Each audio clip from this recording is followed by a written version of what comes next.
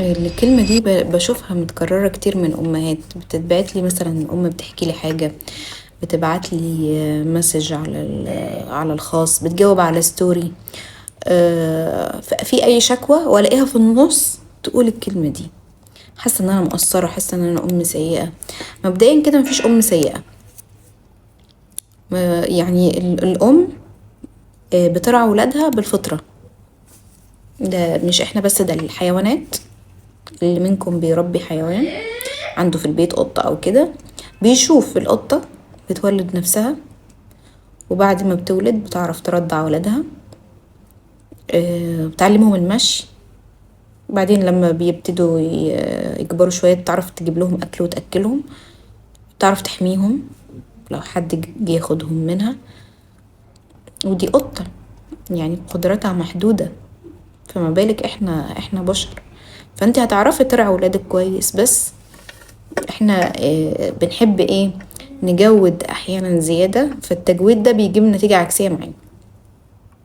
اعملي اللي مطلوب منك بس، اعملي اللي مطلوب منك كأم، واللي ربنا يعني اداكي القدرات اللي انت تعمليه بيها. وكمان اعملي اللي بيحتاجوا اولادك، اعرفي احتياجاتهم ايه واعمليها. لو انت بتعملي وبتبذلي مجهود في حاجة هم مش محتاجينها وحاجة مش ضرورية ليهم، هيبقى انت مجهودك مهدر على الفاضي وهم ناقصهم حاجات. زي ايه؟ زي انا بشوف امهات بتقف في المطبخ بالساعات، بتعمل بقى اصناف واشكال من الاكل، وساعات زيها كمان تقعد تنظف، وهم الولاد قاعدين على التابلت. طب هم ايه اللي محتاجينه اصلا من الاكل ده؟ الاطفال في سن معين بيحبوا الاكل البسيط، البروتين في شكله العادي، لا متقطع ولا معمول له مليون صنف ولا عليه اضافات. البروتين عادي، اي نوع من انواع البروتين، لحوم مثلا، اي نوع خضار مطبوخ، ورز، وحتى السلطة الأطفال بتاكل شرايح السلطة. لو تديله شرايح خيار كده بيحب يمسكها كده ياكلها وبيبقى مبسوط جدا، واخد الفيتامينات وكل العناصر الغذائية في شكلها البسيط. الأكل التاني ده احنا بنحب نقلد بس.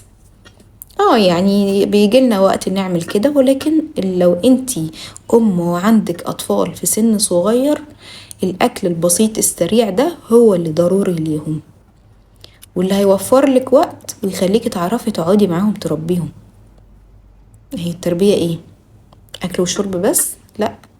ياما امهات بيقفوا في المطبخ بالساعات وولادهم ما يعرفوش عنهم حاجة، وولادهم عندهم سوء تغذية.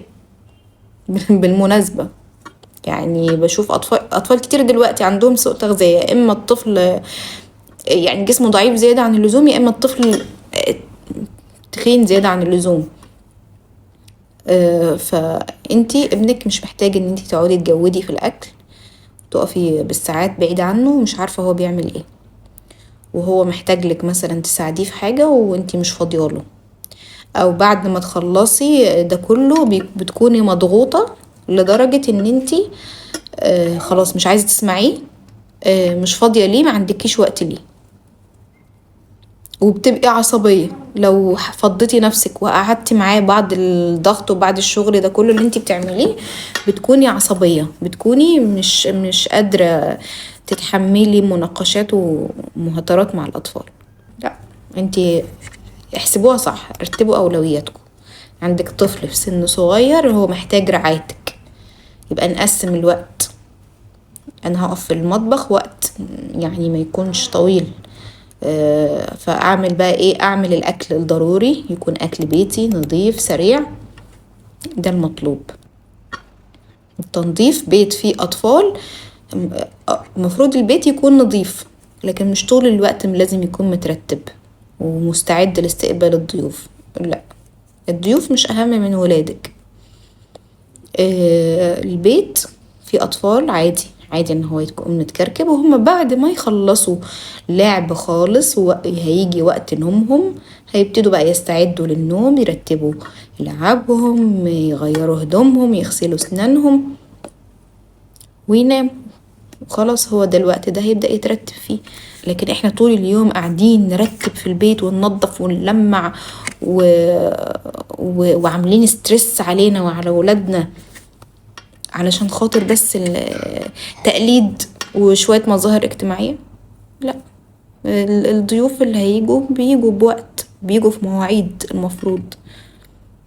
لكن ما يبقاش الطفل مضغوط طول اليوم وانتي مضغوطة ومتعصبة ان شكل البيت متكركب. ما يتكركب المكان اللي هو مخصص فيه يقعد فيه ويلعب فيه. لو غرفته، لو ملوش يعني يا ستي حتى في أسوأ الأحوال لو ملوش غرفة وانتوا قاعدين في مكان واحد أو ريسبشن مثلا، اعملي كورنر كده ده هنقعد نلعب فيه. ده يعني في أسوأ الأحوال كله دلوقتي عنده غرف. فمفيش أم سيئة، بس انتوا اللي بتضغطوا نفسكم. دي حاجة بالتزامات وتقليد مجتمعي.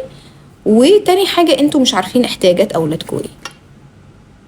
لو انتوا عملتوا الحلول البسيطة دي وخففتوا الضغط من على نفسكم هتلاقيكي أم كده هادية وقاعدة بتسمعي لولادك وقاعدة بتحلي مشاكلهم وقاعدة يعني حتى من الأشياء اللي أنا برضو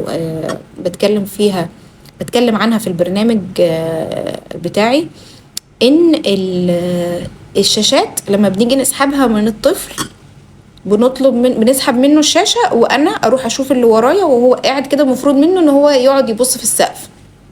طب ماشي، ما انت هتسحبي منه الشاشة هو يقعد يعمل ايه؟ افضيله بقى، اديله من وقتك، الوقت اللي انت مشغولة بيه في حاجات مش مهمة. اديله من وقتك واقعدي معاه. جيبي لعبة. انا كل مرة اخرج فيها في الاسواق الاقي العاب نزلت جديدة ورخيصة ما بتزيدش عن الدينار.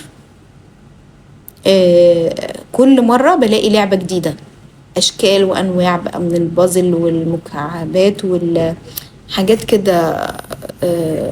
حاجات جديدة حتى في البنات، في حاجات شبيهة بالتريكو والكروشيه بتاع زمان بس أشكال مختلفة. وحاجات حلوة. انتوا تقدروا تلعبوها معاهم وتاخدوا فيها وقت طويل تشغلهم عن الشاشة وتعملوا حوار معاهم وتربوا بقى التربية الصح. تدخلوا بقى مفاهيم ده صح وده غلط وما ينفعش وينفع نقول ايه وما ينفعش نقول ايه. احكي لي موقف حصل معاك في المدرسة بس. وده جزء بقى موضوع الشاشات يعني علشان نقلل شوية الأضرار.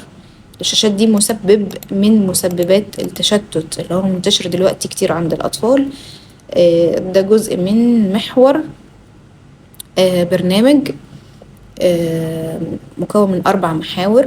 البرنامج ده هياخد الطفل في رحلة كده من التشتت للانتباه. تفاصيل البرنامج كتيرة عاملينها في كتيب بيشرح تفاصيل البرنامج كاملة.